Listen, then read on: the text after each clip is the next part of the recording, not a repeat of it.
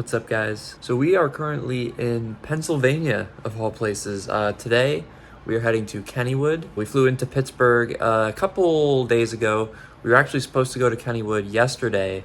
Unfortunately, they ended up closing the park. We flew in on Monday, and then Monday night they tweeted that they were not going to open on Tuesday due to severe weather.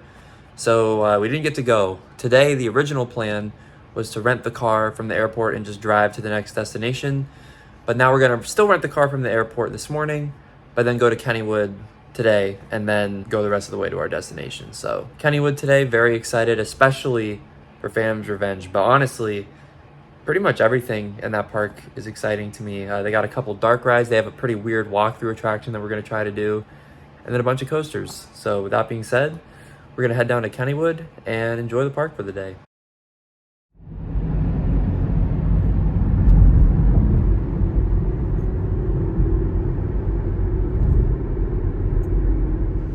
All right, we are here, parking, absolutely free, which was awesome. Skyline of some coasters. We're seeing them testing right now. I think our first destination, it's gonna be right there.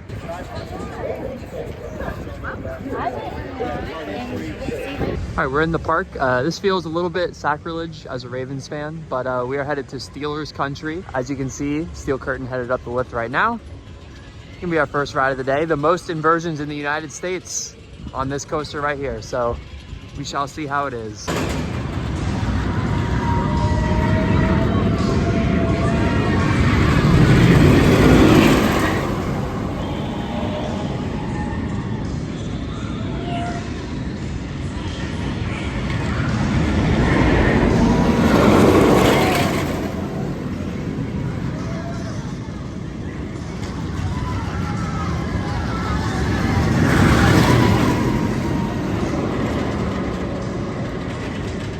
All right, we just got off our ride on Steel Curtain. It was all right. It was pretty shaky. Some of the inversions didn't pop like crazy, but overall, it was a fun ride. All right, we've come back to the front of the park. Get a ride on Skyrocket. No,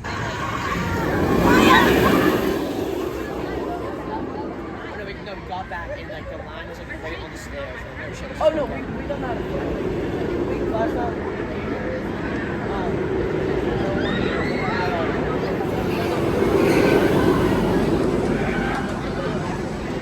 So I'm not really sure how hot of a take this is, but I think Skyrocket is better than Steel Curtain. It's way smoother for one thing, but there's a few good pops of airtime. Like when you go up the top hat, there's a pop, but then when you come out of the top hat, there's another pop because it slowed us down so much that we kind of came back into our seat and then popped out again. There's a good pop off of the brake run, and there were a couple good inversions. The ending, it did kind of peter out a bit, and the launch wasn't incredibly forceful, but overall, I thought it was really good. But now it is time for a ride on the one I'm most excited for, Phantom's Revenge. Oh, I'm so hyped. Let's do it.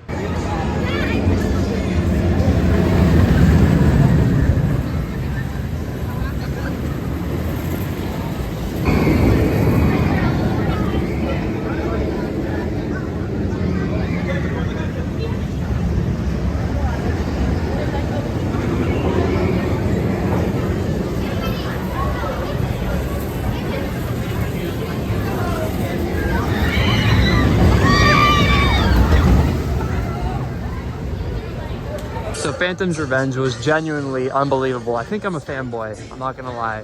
The first half, insane, showcases a lot of speed, and the second half, just absolutely world-class, bonkers airtime. It was awesome, but as you can see, we are heading towards our first wooden coaster of the day, and it is Thunderbolt.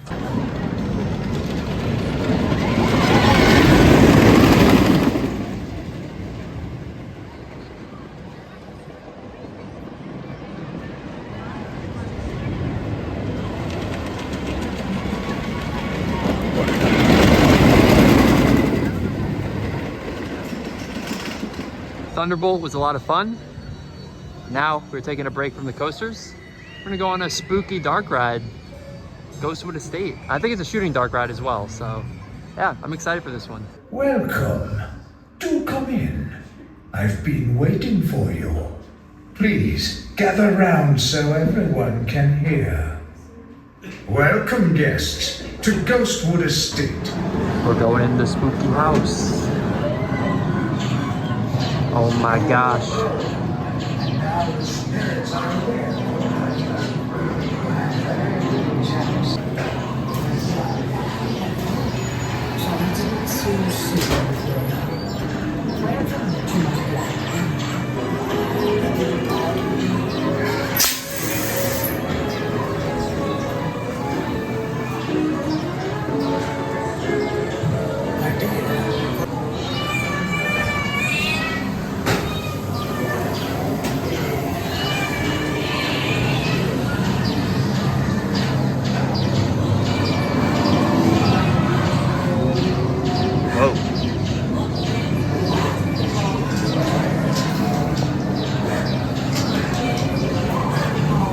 Another day of getting my butt kicked at a shooting dark ride.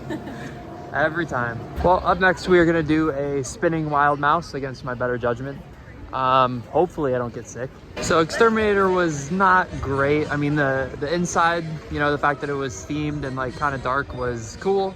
Enhanced the experience a little bit, but overall, you know, it's a spinning wild mouse. It's not that great, but we're now back up at the front of the park and we're gonna give the Racer a try. So we got up Racer. Our train won, which was pretty cool. It was a good ride, you know, smooth, a couple little pops of airtime. I really liked it. And up next is gonna be Jackrabbit, established 1920.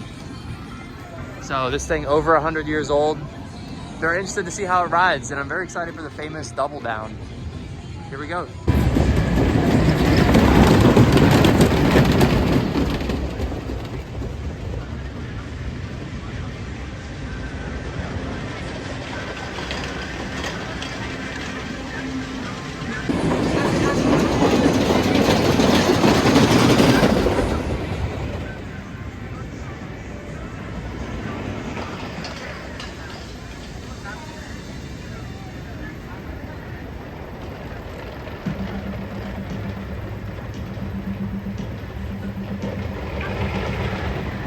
So Jackrabbit was fun.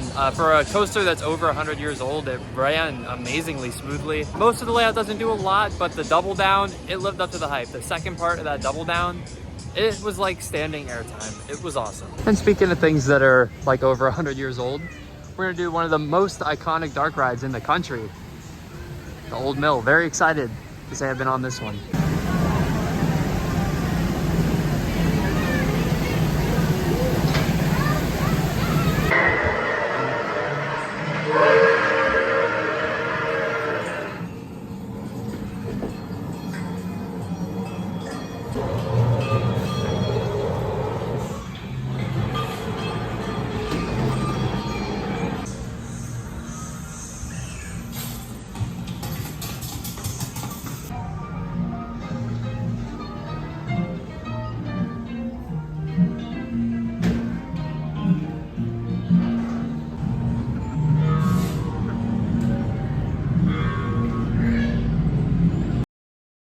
Well, Old Mill was kind of a trip, but now we're going to do a mega trip. Here we go, guys.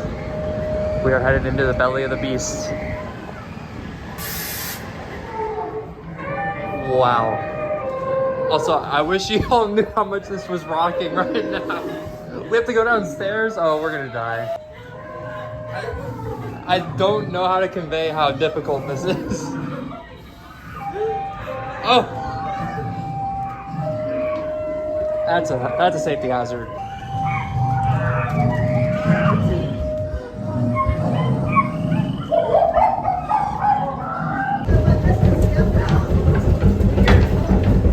Oh God. Oh geez.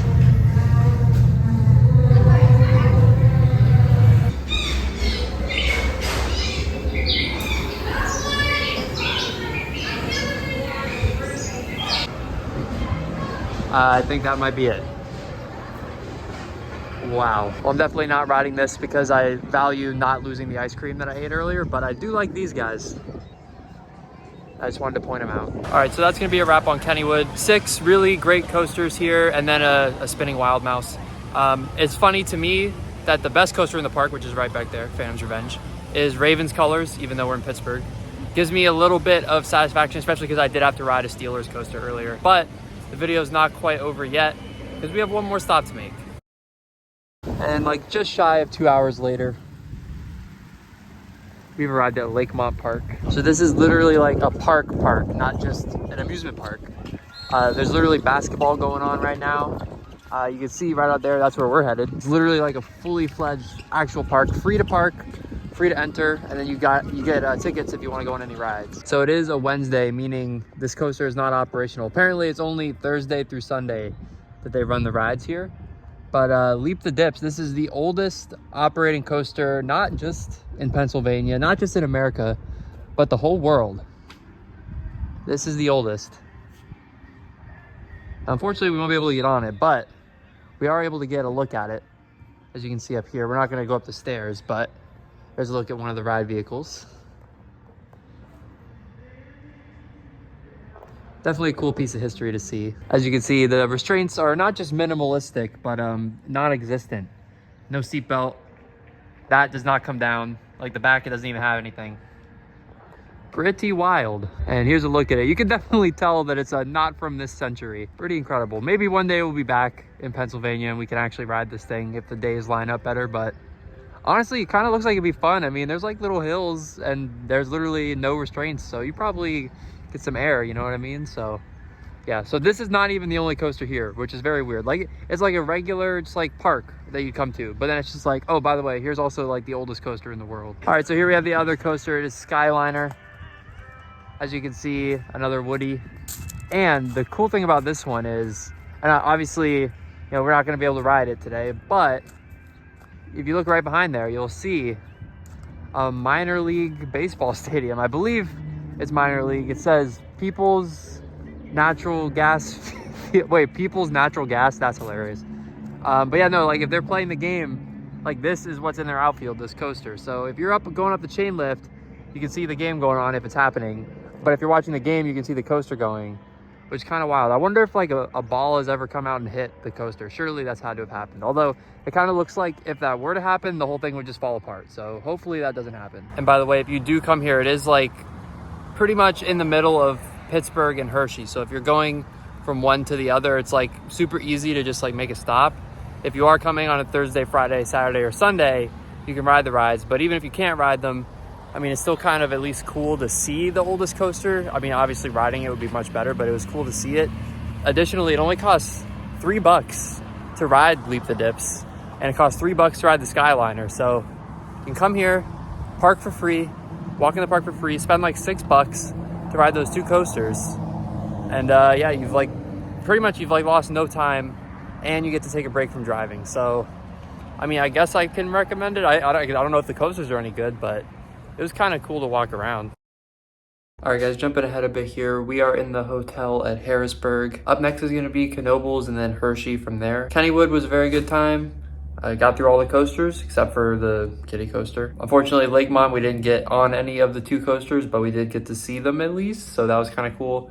Walked around the park a little bit. It was kind of a nice breakup. The drive, you know, it's a few hours long. And the second part of the drive, which is like the last 2 hours, the road was like super empty. Like it was really jarring just how empty that highway was. I don't think I've ever seen anything like that before, especially not in Florida. But anyways, that's gonna do it for this one. So thank you guys for checking out this video. Be sure to subscribe for more, and I'll see you guys in the next one.